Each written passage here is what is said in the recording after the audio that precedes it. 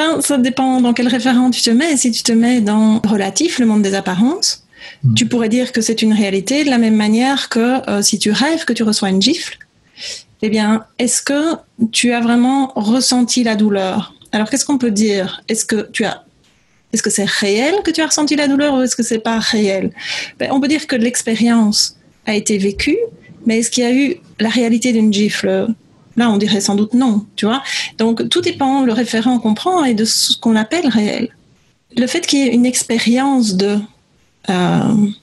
gifle ou de douleur, voilà.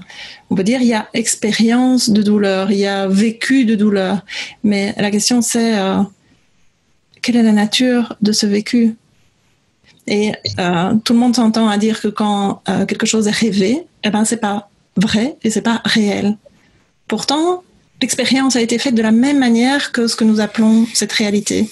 Et c'est ça dont je parlais au tout début avec les neurosciences qui prouvent ça, qui viennent dire ça, que le cerveau, il ne fait pas la différence entre l'imagination, donc le rêve justement. Il n'y a aucune différence de l'expérience d'une expérience dans un rêve ou de l'expérience dans ce qui soi-disant est la réalité.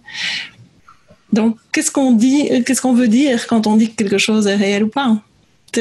Justement, l'expérience, le vécu via, comme disait Ken, le moi individuel, arrive à comment est-ce qu'on dit ça, un cul-de-sac, quoi. Non?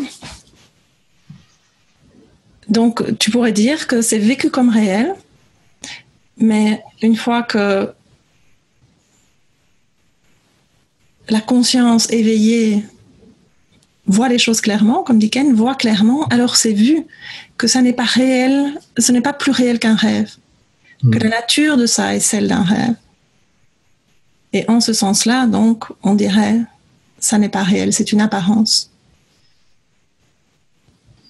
Mais bien sûr, jusqu'à ce que ce soit vu et que l'expérience soit vraiment celle, que soit reconnu que c'est la nature d'un rêve, c'est vécu comme une réalité. C'est ça le rêve. Le rêve est vécu comme une réalité. Et d'où le fait que bien sûr, l'idée n'est pas de traiter ce qui est vécu comme la réalité, de le traiter par des sortes de bypass spirituels. Oh, de toute façon, tout ça n'est qu'un rêve. Non, parce que tant que c'est pas l'expérience qui est là, c'est vécu comme une réalité. Donc voilà, c'est ça qui est là, c'est que c'est vécu comme une réalité. Mais quand ça peut être vu comme ce que c'est, alors c'est vécu comme ce que c'est. Une illusion, une apparence.